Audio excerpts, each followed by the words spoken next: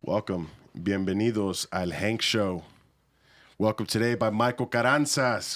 Michael Carranza is the owner of Texasushiko in Tare, Austin. You can go visit Texasushiko at 440 East St. Elmo Street in Austin, Texas, in front of the Texas Sushi Company. Michael, welcome to the show, brother. Yeah, man. Dude, thanks for having me on. Absolutely, brother. So, everybody. I guess I'll tell it, man, how I met you. I met you a couple of nights ago, Michael. I just met this guy. But anyway, I just met this guy a couple of nights ago on in a green room, and he showed up with an amazing, amazing display of sushi. And turns out he has a whole business where he does in-house sushi. You could go visit his truck, or you can have him come out to you, specialty. I mean, it's phenomenal. I'll let him get into what he does. But that's how I came across this guy. And then turns out he was, we're kind of from the same patch of dirt. Y aquí andamos. Right? Yeah. So Michael, tell us a little bit about yourself, man. Yeah, so from South Texas, grew up in a small town called Sinton. It's about 20, 30 minutes outside Corpus, but kind of grew up all around the Texas area. Yeah, doing what, man? Just kind of moving around with my dad. So he moved around a lot.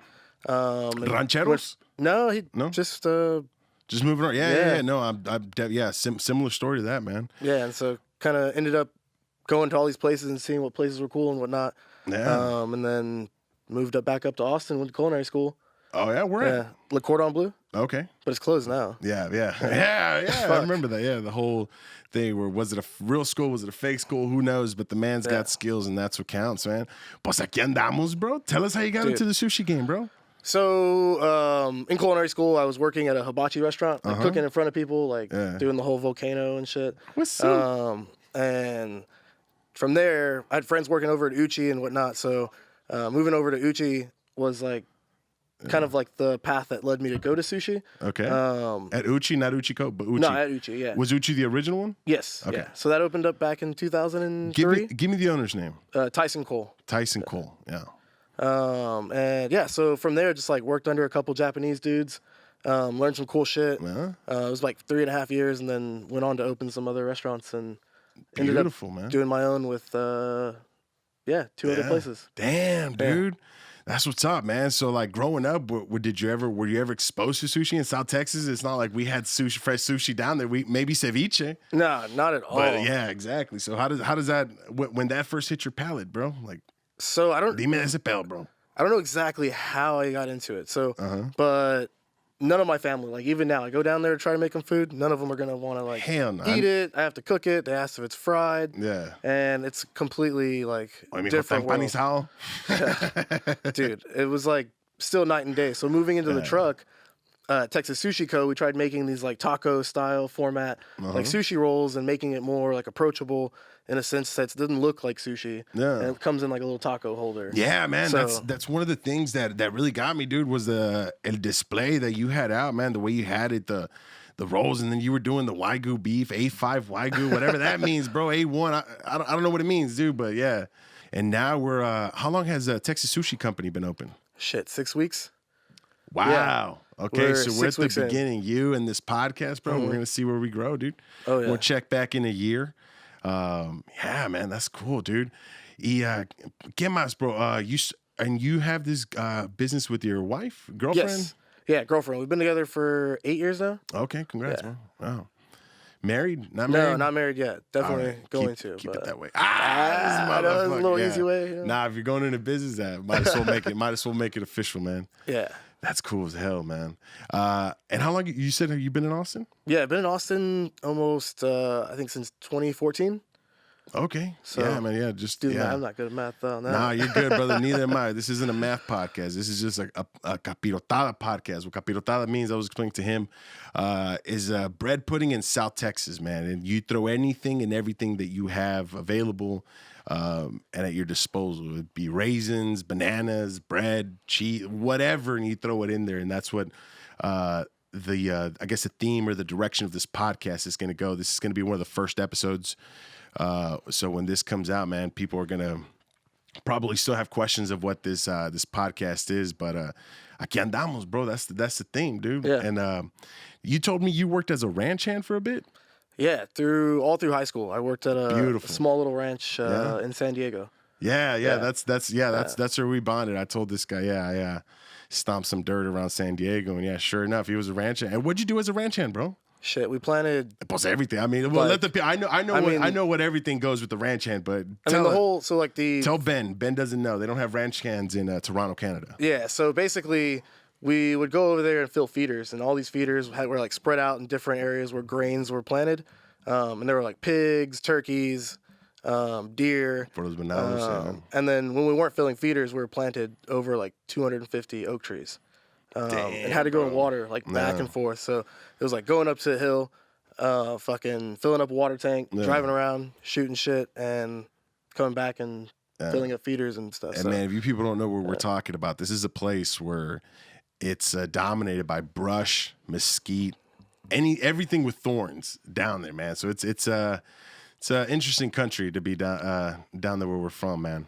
Pero yo también, bro. Yo vengo del Valle, like a little further south. But I spent some time out there in that area too. Yeah, man, it's cool. It's cool to see people from where we're from come up here. Yeah, anywhere really. Make it anywhere. It doesn't have to be here. And when I say people where we're from, you don't have to be my skin color. You don't have to have my same name.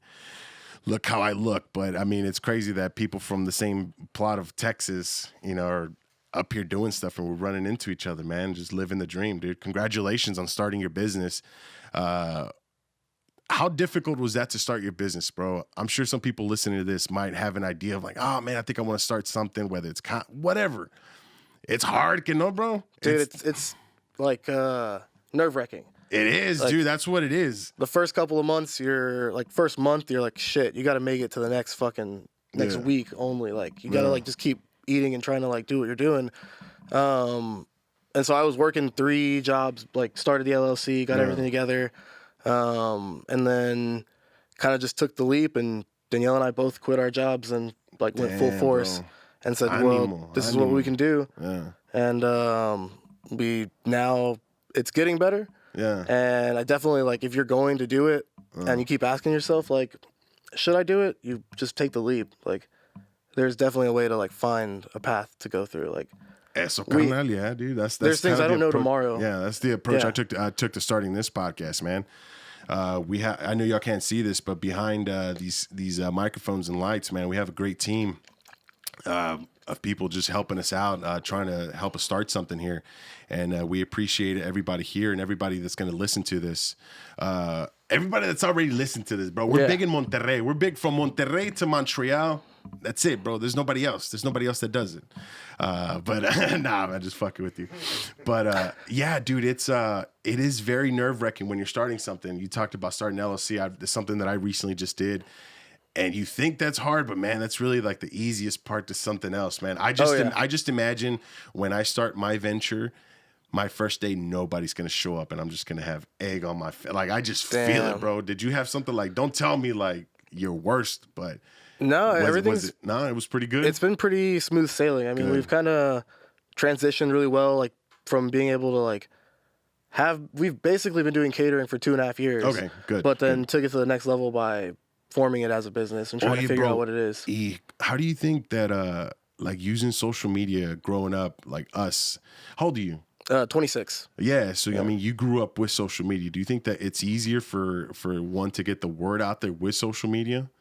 Because you grew up with just social media, dude. I come from times where like you still had to do posters sometimes, and like there wasn't.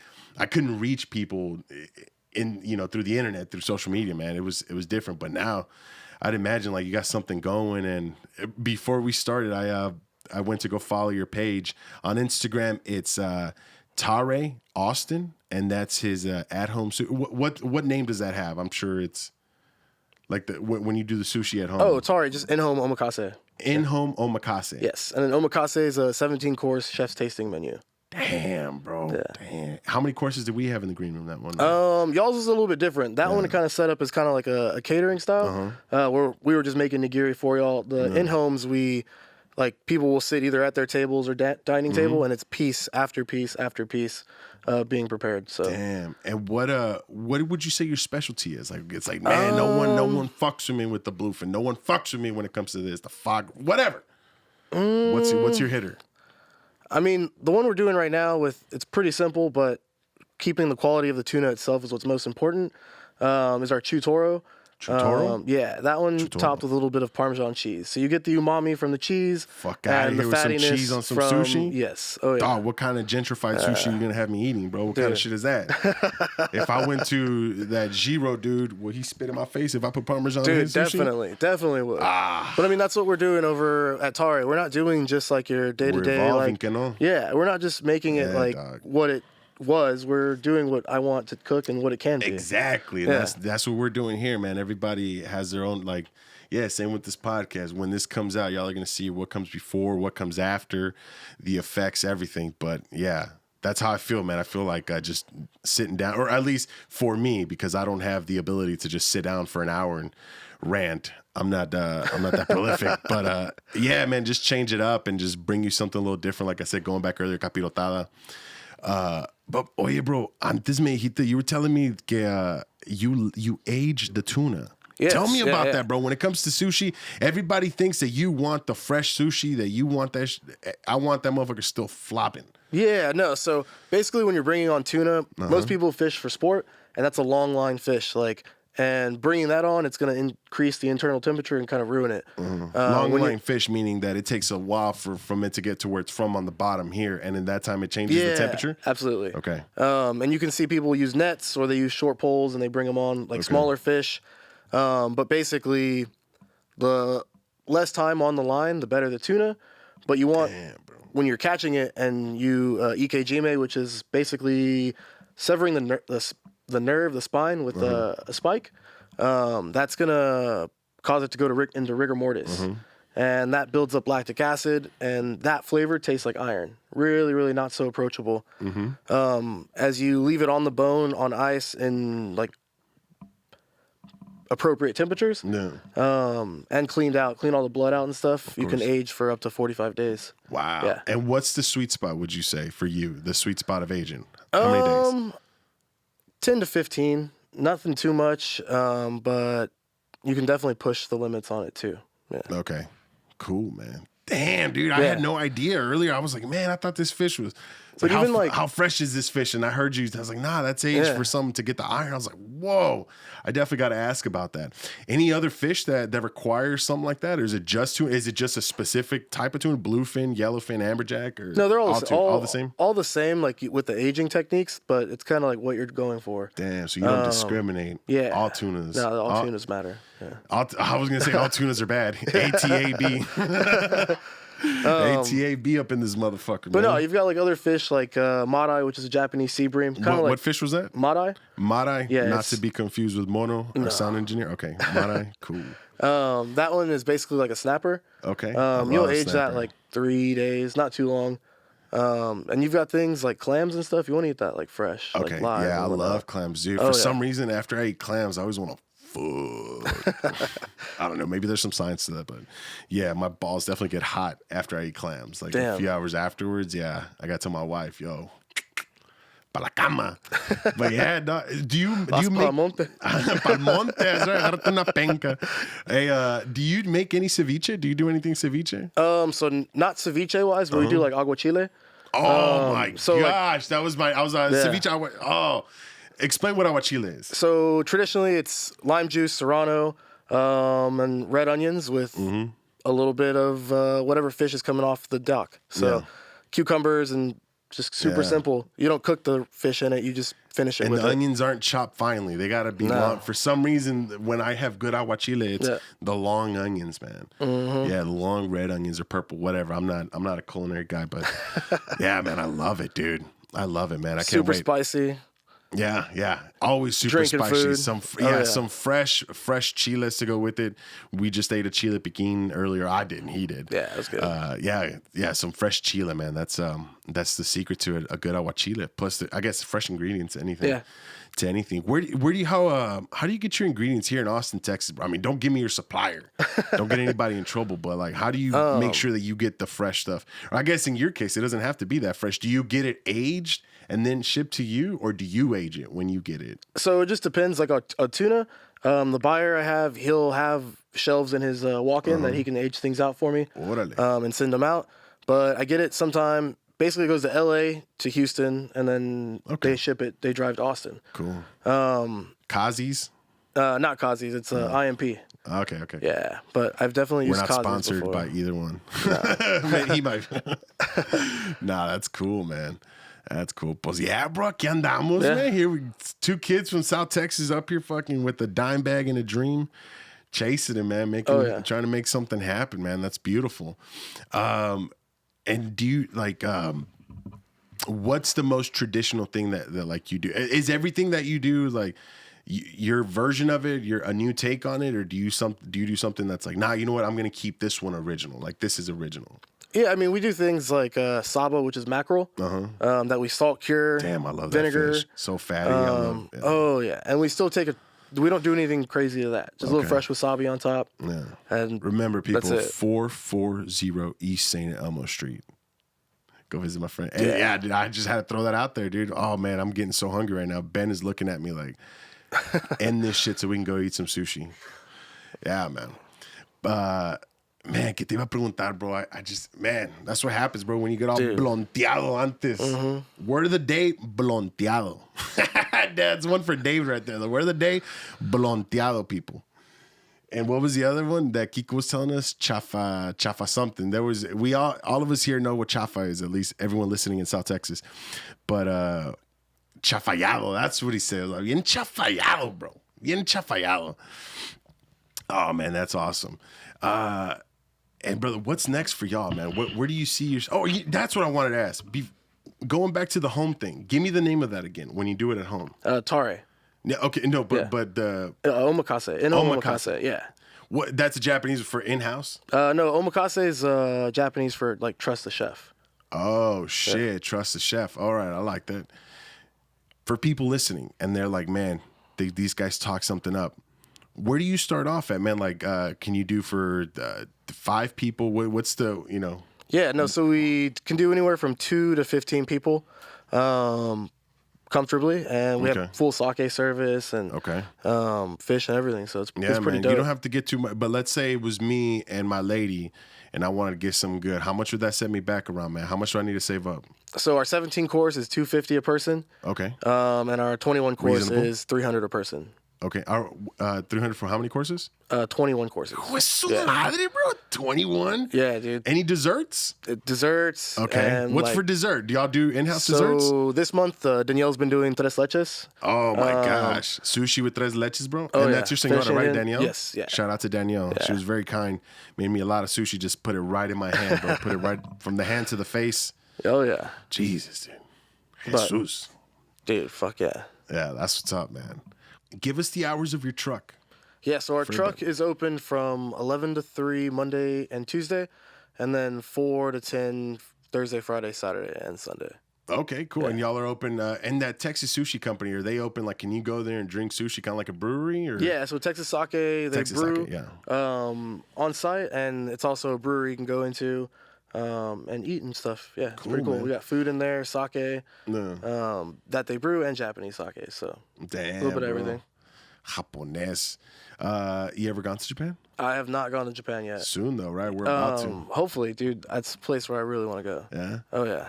Anywhere, like, do you have a list of sushi places in Japan that you're like, I have to go eat at this place. I have to try, or maybe a chef? No, not so much. I kind of want to check out like street vendors and carts and nice, like the markets and all the little things that people just growing up, dude. It's so funny you said that, man. I can't. Maybe it was Dragon Ball Z, but I always remember like the cartoons having squids on a stick on the street. Hey, I want that, dude. One of my favorite dishes, Mexican dishes, actually, is pulpo en su tinta. It's octopus in its cooked in its own ink. Damn. Oh, that is so good. But yeah, So yeah, in my head, if I go to Japan, that's what I want to eat, man. I want to get some squid or some octopus off the street. Yeah, do you do little skewers and shit? Yeah, just like walking around. Eat out of a vending machine too. Yeah. I see that too.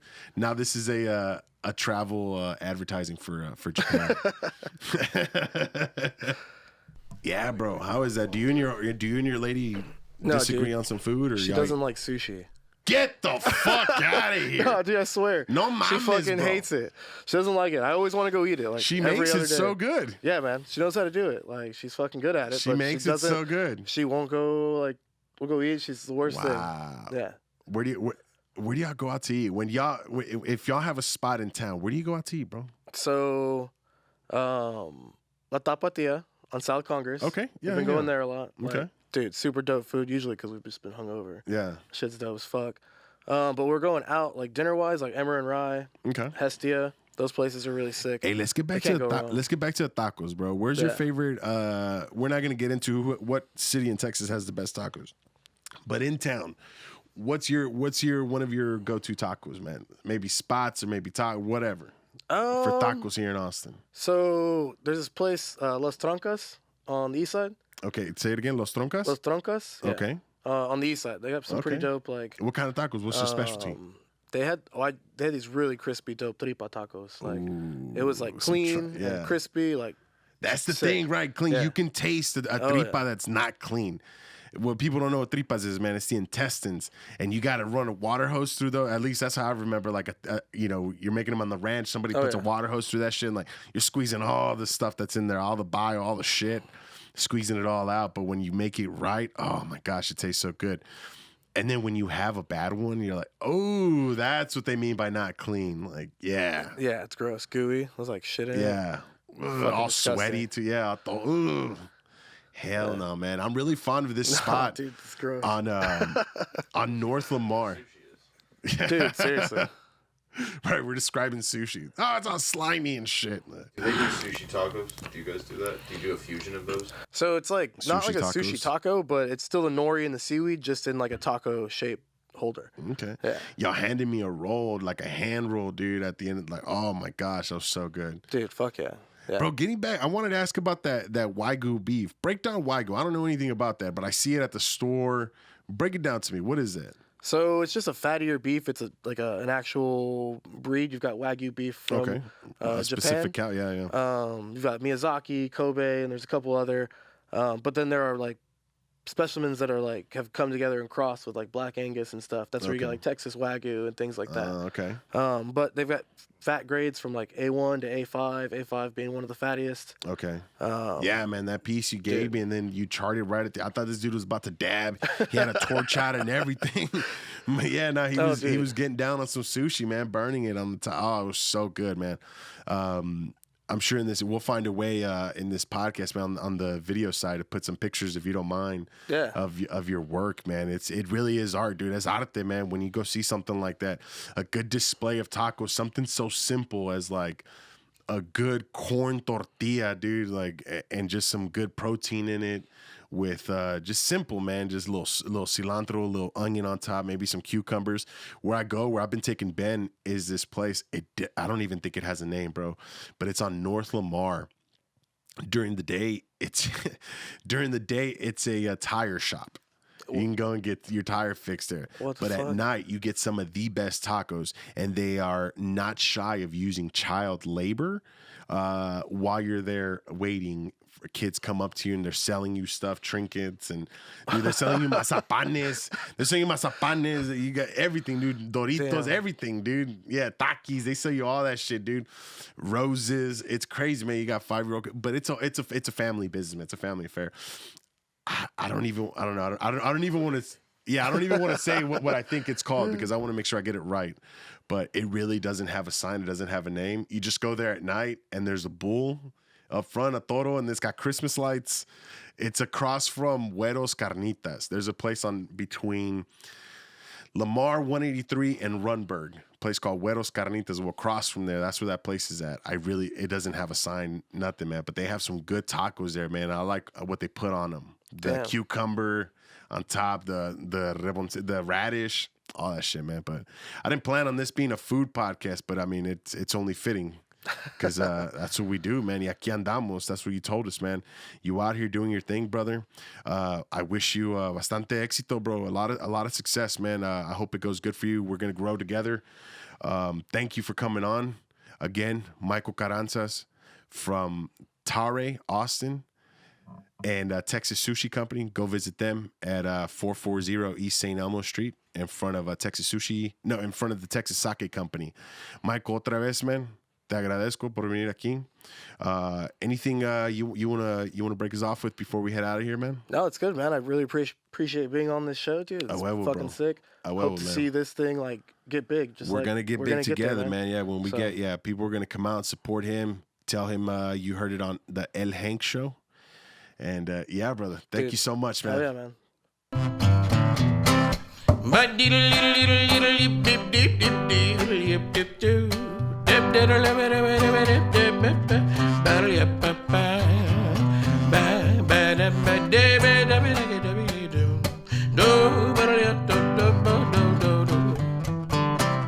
No te andes por la rama,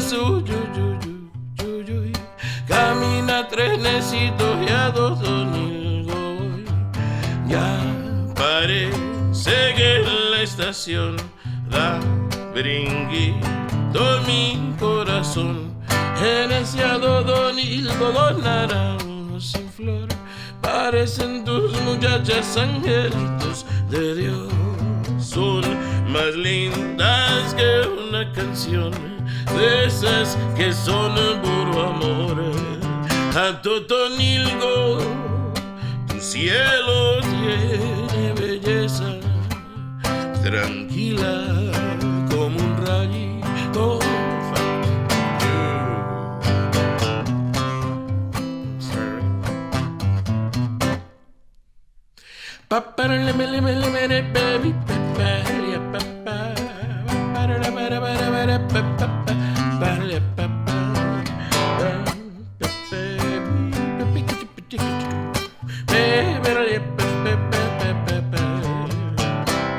No te andes por la rama, camina trenecito y a Totonilco voy. Ya parece que la estación da brinquito mi corazón. Eres ya Totonilco con naranjos en flor, parecen tus muchachas angelitos de Dios. Son más lindas que una canción, de esas que son puro amor. A Totonilgo, tu cielo tiene belleza, tranquila como un rayito de luna prendido en su quietud.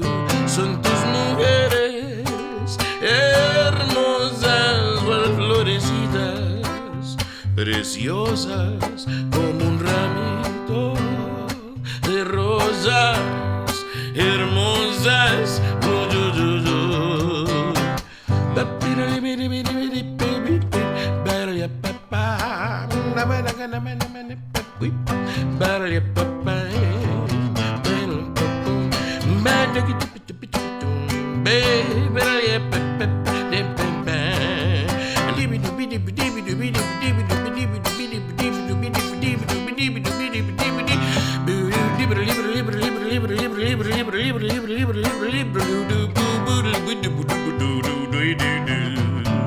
A Totonilgo, tu cielo tiene belleza, tranquila como un rayito de luna prendido en su quietud.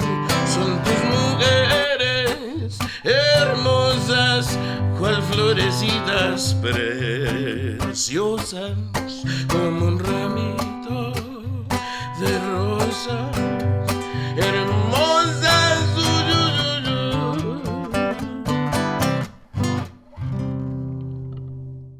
Here you go, my friend.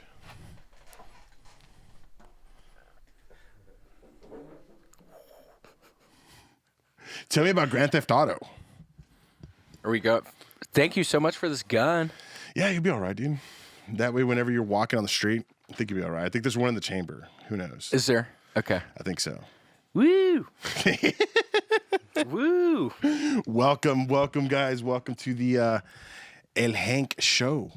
I'm accompanied today by William Montgomery, La Máquina Roja, desde Mero, Tennessee. Bienvenidos al show, my friend. Welcome to the show. Thank you for your time. What does that mean? I'm from Tennessee? Yes, the Big Red Machine out of Tennessee. And everybody, cool. I don't know if you know this, William, but this podcast is like syndicated from Monterrey to Montreal. Oh, really? So we have a lot of eyes are on this. Cool.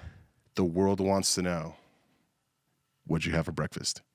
I drank probably more than 8 ounces of prune juice. The serving size is 8 ounces, but yeah, I'm still having doo-doo issues. Oh, shit. Yeah, I'm drinking that prune juice like it's my job. It's actually pretty good. I actually really like it now. Randall's or H-E-B? I go to the Randall's because it's really close, but it's the main prune juice brand. I don't get the off-brand of prune juice. Okay. You don't trust the Randall's, the Thompson's brand? Yeah, okay. Is that what it is, the Thompson's brand? I don't know. You kind of broke my heart a few months ago when it was revealed to me that you favor Randall's over the Hispanic Employment Bureau, HEB. So, is that what HEB stands for? I always wonder what it stood for. Yeah, so tell the fan base of this show why the fuck you spit in our faces. Hispanic Employment Bureau. I have a lot of Hispanic people work at HEB. At the one that I go to. Well, that's good. I used to work at a grocery store. It's good employment. I worked at a High Point grocery store. I worked Register 1. Nice. I used to work as a night stalker at HEB on South Congress. Was that like following women back home to their house? No. Putting up stuff in the freezer in the middle of the night. I would show up stoned. Or like on some other illicit substances, but ooh, like what? Ooh, some Xans. That's no, fun. I wouldn't take Xans to go to work. Nah, man. For me, it was Addies. I'd break a 30. I'd chug it with some Red Bull. I wouldn't eat anything, and then in the middle of the shift, I'll crush a quarter of it and just in my nose because that's how it works. I mean, that's fucking science. Would you go in the bathroom to do it? Yeah. Would you do it in the freezer? Actually, no, in the freezer behind the Promised Land Dairy Milk. And I would do it. It's fun. I would do it behind that specific milk because it's from my hometown of Floresville, Texas. Shout out Promised Land Dairy. And I just, out of respect, I would grind it. I'm sure it did nothing, but that I was dumb. Yeah, out of respect, you have to grind up the Xanax on the local. Yeah, Adderall. I would pop the Xannies. Yeah, I wouldn't snort Xannies. I used to snort Xanax. Ooh, tell me about that. First time I ever did it, I was, I think, a 9th grader in high school over at Bennett Mallory's house, and we all took Xanax and snorted some and drank, and I woke up the next day in the middle of Bennett Mallory's kitchen floor. Oh, wow. Shout out to Bennett Mallory. Shout out to Bennett Mallory. And the mom was in there making breakfast. And my dad. And you're on a sick one, just like you're. It was bad. Oh, wow. What were they making? I don't remember what that bitch was making. Oh, was she giving you some shit, though? Remember. Do you remember, was there coffee in the room? Like, I don't know. I don't remember. I just remember afterwards my dad kept on saying, William, how many beers did you drink to get to the point where you don't know what you did? Because apparently somebody picked me up and we did something. Oh, wow. So Do you Larry think it was a little pissed. homoerotic or... No, I don't know. Probably not. Yeah. We wouldn't want to say that. We don't want to disappoint Larry. Shout out to Mr. Larry Montgomery. If you're watching this, shout out to Larry. Xans in 9th grade, man. 9th grade, I was doing acid, powder. I was very fortunate that I came from a good place where we had very good cocaine. Phenomenal. Really? We used to call it scama. To this day, I don't even know what scama means. I know what it means to me, but I don't know if the word means anything. What does it mean to you? Powdered disco balls, bro. It means we're going to the fucking moon. This was like before Dogecoin, before it was Shiba. Fun? It was to the moon. Yeah, before hell yeah. Well, I mean, it was really good cocaine. Think you can still get it? No, not. And for the prices, bro, back then I was paying $80 for an 8-ball. $85 hooked up for an 8-ball. Now I don't even want to say the prices because it would sound like I know. I would have had a real problem with that in LA when I was getting it from the guy who delivered it to me in his car. Yeah. It was like $80 for a gram. I don't even want to think about the money I spent in LA on cocaine. It was nightmarish. Speaking on that, brother, how long have you been clean now?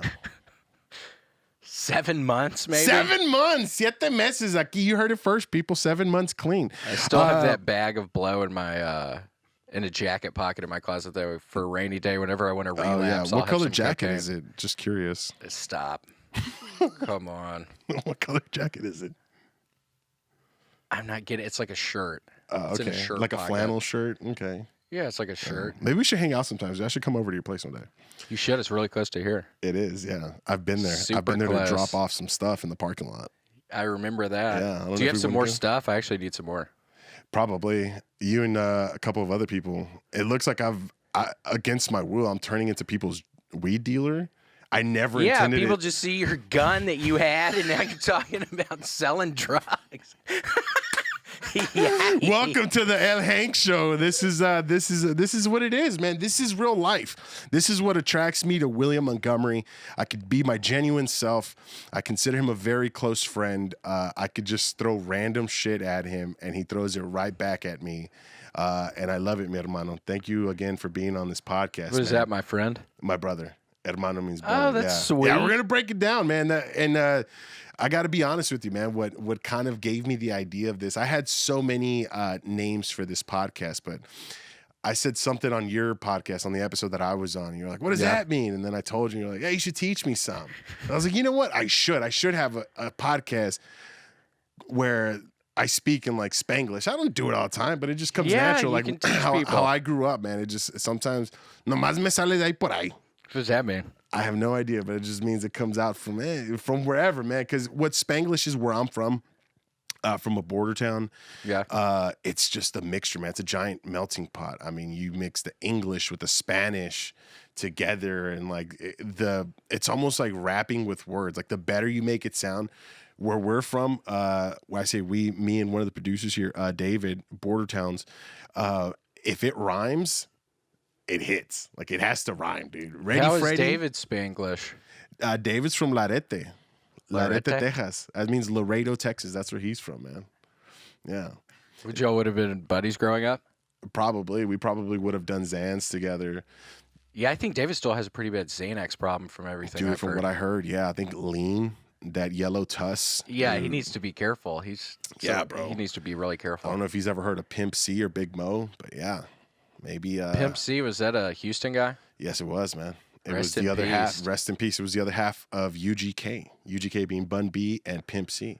Did you grow up listening to Houston music, Southern rap?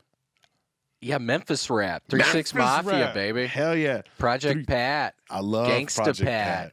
Dude, what's your favorite Project Pat song? Gorilla Pimp.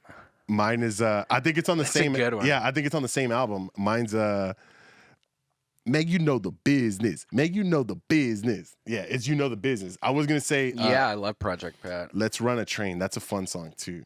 What is that about? Like literally locomotives or No, I believe locomotives, and it involves a female. And I think she's the conductor. She's in the front of it, but I want to run a train sometime. What's that, dog? Oh, we're good. We're having some beeps over here. Like we got fucking Johnny 5 or R2D2 in the back. Yeah, I don't know what David's doing back there. He's really messing up the flow of this thing. Why do you think I have a gun behind these accordions? And that thing's loaded, isn't it? Bro. You were showing me the hollow points versus the regular points. Yeah. And then now I converted you into a believer in hollow points. That's from what I heard the other night. Yeah, man. So. Yeah, Project Pat, Mista Don't Play. That was a good album. Damn, dude. I have a sour grape story about 3-6 Mafia. Wow. It's not them. It was the promoter. Somebody promoted that they were going to show up at La Zona Rosa. Here, it's a place here in town. Yeah. That they were going to perform a concert. It started at midnight. Okay, cool. Bro, they showed up at like 1:55, did a compilation of songs. They did like some hooks and they left. And we were there we got here at like 10:30, 11, waiting for the show to make sure we had a good place. And they came in, and what I took away the most from that night, there was this kid that I kind of knew, but not really, but I knew his situation. Yeah. So he saved his blunt. He saved his weed for when the band, and this was back when we were paying $20 a gram. So he saved that blunt to the end of until they got there. They got there. He sparked it. He hit it once and passed it to them to like be cool. They didn't even pass it. I think it was Juicy J held it the whole time. They did the course of song and they walked out with his blunt. And that was like his weed for the night. Like that was his. Sad. It is, man. It is. But at first I had like, man, fuck those guys. But I shouldn't say that. I'm pretty sure some promoter just was like, hey, we'll pay you to make a VIP, an appearance or something. They showed up, did their obligation, and they sold it to us as a concert. So I was pretty. So you were working there. No, I was there. I paid to go see. I got scammed by these promoters. You might have something to relate on that, but we won't get into it. What's next for you, brother? You're opening up for Rogan. You have the William Montgomery show. Guys, I don't know if you know this, but this guy here has like a #1 show from Colombia to Veracruz. Colombia to Vancouver. Yeah, both. And new episodes come out every Wednesday night. You're how many episodes in already? 3? 3. It's the 4th one tonight. 4th one, man. What got you to start that show, dude? You were just like, fuck it. I mean, people were asking you to start a podcast forever by yourself. Because I don't know. Yeah, it was just a long time coming. I mean, hopefully I can keep doing. Hopefully I'll keep doing the Kill Tony thing for a long time. It's already been 3 years, but I just thought I have to have something else going for whatever that just naturally stop. Again, hopefully that continues on for a long time, but I just have to have something else going since I'm not currently working right now. I beat San Andreas last week. Tell us more about that. Just so fun, taking over the hoods. I had all my gang people with me. It was a lot of fun. How many people are in your gang? Shit, at the prime, probably 30. Do y'all have a color? Like, do y'all have colors? It was green. Green and black? Yeah. Flannels? A lot of them were flannels? Yeah, do my character. I'd give him different clothes. I'd work him out all the time. He's really strong. Hell yeah. But now I'm playing Grand Theft Auto 5 now. Ooh. But I had to stop because my right arm started hurting, which was real scary. I thought it was like bone cancer or something, but I think it's for me playing too much. Bone cancer, he said.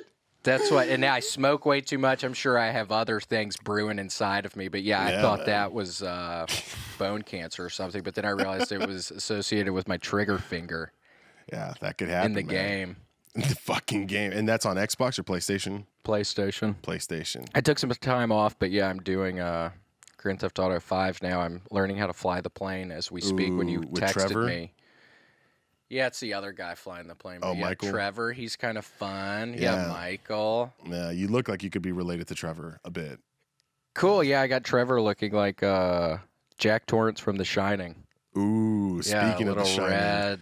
I hear there's going to be a place that me and you are going to frequent pretty soon, and the bar is themed like The Shining. I saw a picture. That looked really cool. That was phenomenal, man. I don't want to get too much into that and spoil it, but brother, we last night as I was seeing that, I just realized how lucky we are to be in the rooms that we're in. I hear ya. And hear and see the things that we see, man, and like just me watching you grow on the show and outside of the show and now with your show, with your podcast, man. It's great, dude. It's great. You're sweet to say all that. Yeah, it's been fun. It's helped me stopping the drinking and cocaine use. Yeah.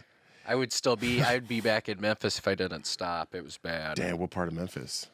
East Memphis. You can wipe that sweat right here on this. It's Colombian, so it absorbs it pretty well. No, I'm good. In East Memphis, my parents live. I'm heading back there on the 21st. Oh, shit. They're going to meet Erica for the first time. Oh, my gosh. Are you nervous about that? Yeah, a little. It's in the back of my head. Damn, dude. What if they don't like her? From the 21st to the 27th. So there'll be a long time being at the Montgomery household. How many people are in the Montgomery house? No, how many pets are in the Montgomery household? We just have Cricket now. Who's Cricket? A little Jack Russell Terrier. Ooh, JRT. How old is that JRT? Is it old? Does it have cataracts? She's like 12. Does she have she's a white 12. Eye? Yeah, she has white eyes. Yeah, we did have Binky. He was also Jack Russell Terrier. He only had 3 legs. Oh, what happened to Binky? My fucking cousin Taylor let him out of the backyard one day, and we all ran out to the front yard and saw his ass get hit by a car. Cock-sucking Taylor. I'm sorry, that's your family. I shouldn't say that. Respect. I was mad for a really long time about that. Yeah, Binky was a sweet dog. He was able to adapt with only 3 legs. He lived like 7 or 8 years. Are you going to get a pet while you're here in Austin? I don't know. Been thinking about it. Been thinking about like a little kitty cat or something. Ooh. But then I don't know where to put the. Because where I live, it's not too big, so I don't know what to do with the litter box. Because I don't like how kitties smell. Did you ever thought about getting a bird? I know a guy. I've heard you talk about birds. Yeah, I know a guy that sells them, dude. Didn't they live for like 30 years? They could live for a while, or they could live for a short while, depending on you. Why? You could fast track that. You could light a couple of candles and incense inside the house. Oh, do they not like candles? No, man, yeah. Why not? Chemical that burns off in them. There's a lot of stuff that, like, certain cleaners, if I do certain things inside, I have to take them out. Is that why you always blow the candle out in the green room? Yeah, it really is. You notice that? Yeah, I always notice that because I like the candle going, and your ass comes in there blowing it out, and I'm too scared to say something. Well, now you're always blowing it out. You can't be scared. Now you have your own gun. That's how it works. You gain confidence with a gun, dude. Now you take it in the green room. Be like, yeah, walk right by security. Like, yeah, just wave it around. That's your pass. Somebody's going to shoot my ass. All this gun talk, and now people think I have guns. That's crazy, man. I never thought anybody noticed me blowing out the candle. I immediately would notice when you blow that candle That is out. really the reason why I blow it out. Because it can hurt birds. Yeah, man. Subconsciously, I'm always thinking. I'm always thinking about the babies. I currently have 2 3-wick candles going at the apartment right now. Randall's has a good deal on these really good candles. I can't think of the name of them, but buy one, get one 50% off, so I keep those on deck. The candle that changed the game for me, I bought at Kohl's, and it had a wood wick inside of it. And like when the candle burned, you hear the crackling, like a wood. Well, where were you doing this with the birds? This was a while back. I went a while without having birds, man. We had birds back home, but then when I moved up here, you know, whenever you're pursuing the life of like trying to get booty and drugs and stuff, you don't really have time for birds. So I put that on the back burner. Then, you know, I got a family and stuff, and all the fun shit ended, and I wasn't doing drugs off anybody's assholes anymore. So you got some birds. So I was like, all right, it's time to get birds. Cool. if I can't do coke off anybody's asshole, did you really ever do that in my life? Yeah. No, you didn't. Like on top of the butt, or literally in the butthole? No, on the butt. I didn't do it right out the hole, but can't you spray it in somebody's butthole and it gets them high? Ooh, I don't know. I haven't found anybody willing to do that. That came out. I got David, would you be willing? Can we try it on you? What about you, Ben? Yeah, blowing your butthole. Yeah, I was in a fraternity in college that got in trouble for butt chugging. They're the fraternity that butt chugging became like a whole thing. It was because of the fraternity I was in at Tennessee. Give me the fraternity name. The Pikes. Pi Kappa Alpha. I got branded. I have a brand on my ass. I got to see it. Yeah, it's still there. No, I got to see it. The brand? Yeah, of course. We're family. There's nobody in here. Nobody's watching this. Yeah, I'd show you the brand. Yeah, can I see it right now? You want to? Yeah, I'd love to. I have to. What did your father think about this? My mom didn't like it. That ain't that bad. That ain't that bad. It looks like a birthmark. Like you have the pie symbol. No, it looks like a brand. What do you mean it doesn't look like that bad? That is the palest ass it's intense. I've ever seen. The paleness of the ass is intense. Not. It's all right. It's a beautiful ass. Not. But you can That's the palest butt you've ever seen. It's one of no. I think Charlene was. Yeah. Who's Charlene? Some girl from Monroe, Tennessee, Louisiana Tech. Anyway, we're not gonna get into that. Monroe, Tennessee, Louisiana Tech. What does that mean? I'm shouting her out like she's a college player, like running back for Louisiana Tech. On that subject, how are the Vols doing this season? I don't really follow college sports as much as I used to. Give me a breakdown of the Vols. Vol Orange right there. Orange, yeah, bro. Give me a breakdown of where you think the program's going this season. The real UT. People say UT's Texas, but it's not. I went to the real UT, Tennessee. Those are some strong fighting words. I wonder which college was first. I don't even know. I don't know. In my household, it's Texas A&M. But for me, it's the Dominguez Correctional Unit outside of for TDs. What's the Dominguez Correctional Unit? What's that? It's a facility outside of San Antonio. No, I'm just messing. Oh, that's funny. Yeah, man. Yeah, Tennessee. I mean, I follow them some, but I'm more of I grew up a Florida Gators fan, so I go on GatorChatter.com every day reading all the gossip. GatorChatter.com. Yeah, we have a new coach. Yeah, GatorChatter.com. Who's the coach? Shout out Some guy, something Napier. Napier? Napier. Is that a French Canadian name? What kind of fucking name is that? I don't know. He's from Florida? Louisiana. He talks like he's an idiot. Yeah. All right. Yeah. He talks with like a slack jaw. Is that what you call it? Where like your mouth is moving and it sounds kind of weird. Well, I'm down. Yeah, hopefully he's all right. People are kind of optimistic, but it's hard to say. Hermano, what sports did you play in high school? Did you play any sports? I was a cyclist. A cyclist. I used to shave my legs. We don't have that here in Texas. That is very interesting. A cyclist. Did y'all have like? I was on a team. It wasn't like in my high. It wasn't through the high school. It was just there was a team. Oh, got it. Yeah. Used to race, baby. Yeah. Yeah. No, like, so what's the difference? Like, what kind of cycling is there? Is it like running where like you have mountain biking and road biking? No. What I'm saying is like, is it like track where you have like a 200 meter, a 400 meter, an 800, inside, outside? Yeah, it's not on a track. It's all outside. It's Oh, okay. I don't know. Okay. I became a state champion at one point. I think that race was just like 30 miles or something. Okay, I'm thinking like Olympic cycling when you're inside of a track. The velodrome. No. Is that what it's called? Yeah. Oh, okay. That looks cool where you get banked up on the side. Yeah. I thought it was like roller derby with. Yeah, it's crazy. Man, I was just watching some video. It was in India somewhere of some guy in one of those on a dirt bike in one of those domes. Ooh. What are those things called? I don't know. You know what I'm talking about, Yeah. though? And he got his little kid to sit on his lap or something. Then they crashed and the kid died. God. Shout out to India. Yeah, shout out to India. Dude, my Instagram has been bombarded with these Indian clips of these guys playing this game where they shoot this thing around a board. And he's like, I don't know if y'all have seen this, but he's like, he'll blindfold himself and shoot this shit. And it's like what's the game? I don't know.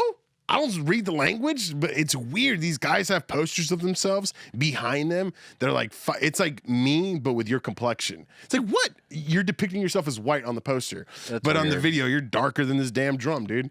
It's so that's crazy. just on your Instagram feed or whatever they call it? Yeah, on sometimes, when you see, I think it's Karam.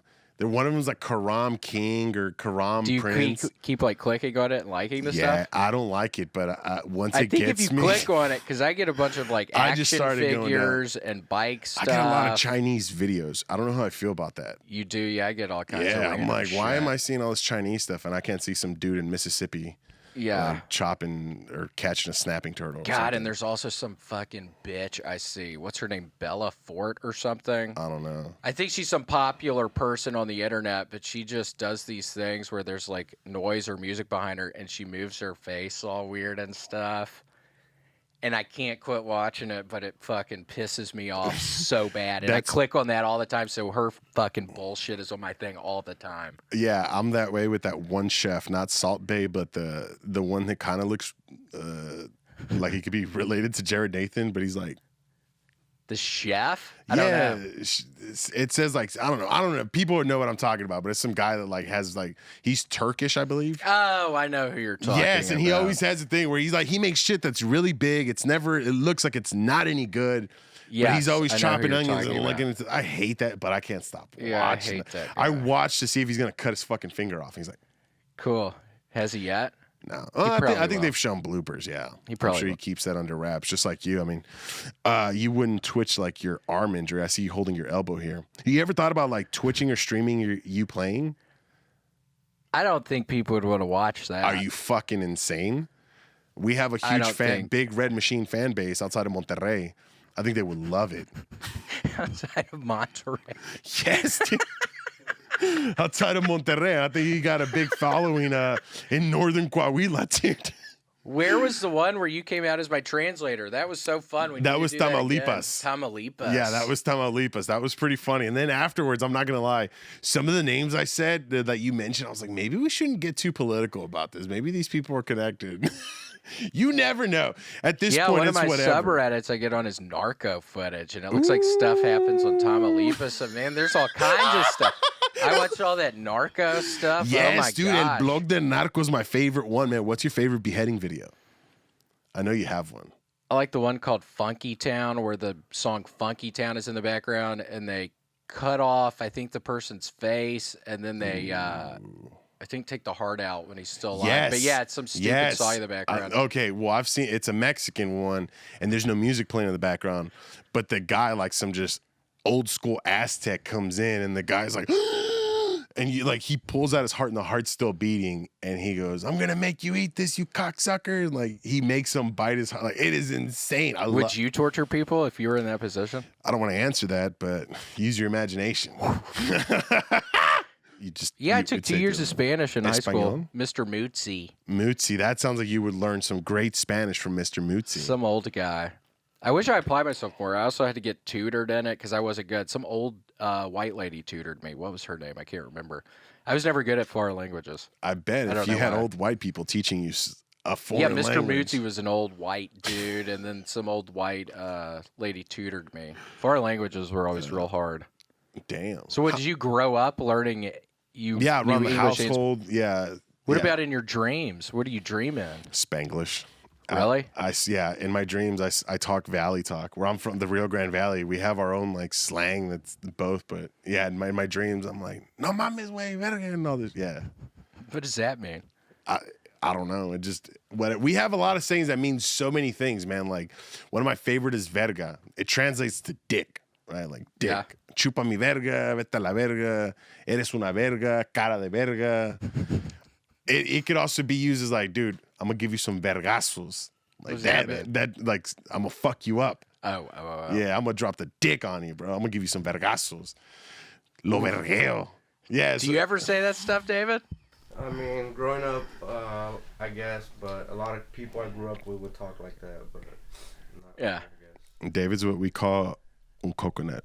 Nah, I'm just playing. I hate that. What is that? Brown on the outside, white on the inside? I hate when they fucking they'll call me that for having this show, for having you on, dude, but fuck it. We're going to really? Will people say something? Probably, but this is the Capirotada podcast, and sometimes you have to add some coconut in the Capirotada. Capirotada is bread pudding.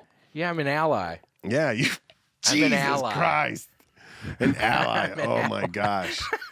Yeah, so what's your political view on like LGBTQ plus rights? Where do you stand on that? Why do you have a problem against it? Like, just curious. I don't have a problem. I mean, the girl who's swimming, beating everybody, who grew up a guy, and now she's beating everybody in the women swimming. That seems... Damn. Yeah. I'd be pissed if I was a girl. What if you were a cyclist and some chick joined and said she was like competing with guys, and then for some reason she was faster? She wouldn't be. Yeah, probably not. Science. Girls aren't as fast. Yeah. Ooh. I had a dog one time when I was biking. We were going 30 miles an hour, and a big yellow lab ran right out in front of me, and I slammed into it. What happened to the dog? I hope I killed the fucking thing. It limped off. It was hurting. I mean, I was going 30 miles an hour. Or I was going 28. I was going 28. I nailed the fucking thing. Yeah, there was a place outside of Memphis where we'd always bike, and it was like out in the country, and there were always dogs, and it would always scare me. And I nailed one day. Slid on the pavement for probably 20 feet. Wow. I don't know. Maybe that's an exaggeration. I slid on the pavement. Still. Yeah, I mean, I'm sure you hit a fucking lab. Was it a fat lab? Yeah, just a big old dog. Yeah, country dog. Yeah, fuck. It pissed me off. I hope I killed the thing. I don't know if I did or not. I've killed the dog before that I didn't want to, but it was a fucked up situation. Kind of saying it just went in front of me. I wasn't going 30. I was going like 70, 75. On your bike? No, in my truck. From a distance in South Texas, the roads are just so flat, right? And you can see for so long. I saw this girl running from like across a field, and she was chasing a little dog. Yeah. She was a young girl. She was like maybe 10. The dog gets hit by the truck in front of me, and there's some distance between the truck in front of me and me, and I see the girl's reaction. She's like, and the fucking dog is like, like its back legs are just smashed, but it's only trying to use its front legs. And bro, at that point, I had already caught up. And Yikes. Yeah, I mean, I'm sure I took it out of its misery, but well, that's good. Yeah, she learned a valuable lesson. Keep the fucking door closed, just like your cousin with Binky. Yeah. Yeah. Well, I was driving so fast I couldn't shoot at it. Otherwise, I would have maybe. I don't think what, the dog? Nah, I wouldn't have done that. The girl? You're going to shoot at the girl. Oh, my gosh. William Montgomery, brother, it has been a blast having you on. Thank you. Yeah, you are thanks so much. You were at the genesis of this. Thank you so much, my friend. Muchas gracias. Gracias por venir aquí. De nada. Yeah, thank you. Yeah, see, we're learning already. We're moving you up. Yeah. Totally. It's sad, dude. You're going to sell out Monterrey. You're going to sell out Oaxaca soon. Yeah. Maybe Tamaulipas. Maybe Tamaulipas. Anything you want to say to the people in Tamaulipas? Just keep your head up. I know things aren't looking great right now. Keep your head up. Things will change. The tide will turn. The tide will turn. Tide will always turn. But we will never roll tide. Will we? I was going for Bama over Georgia. I hate Georgia. Well, then against the dogs, the tide's the rolling. Yeah. Tide's rolling. Thank y'all so much.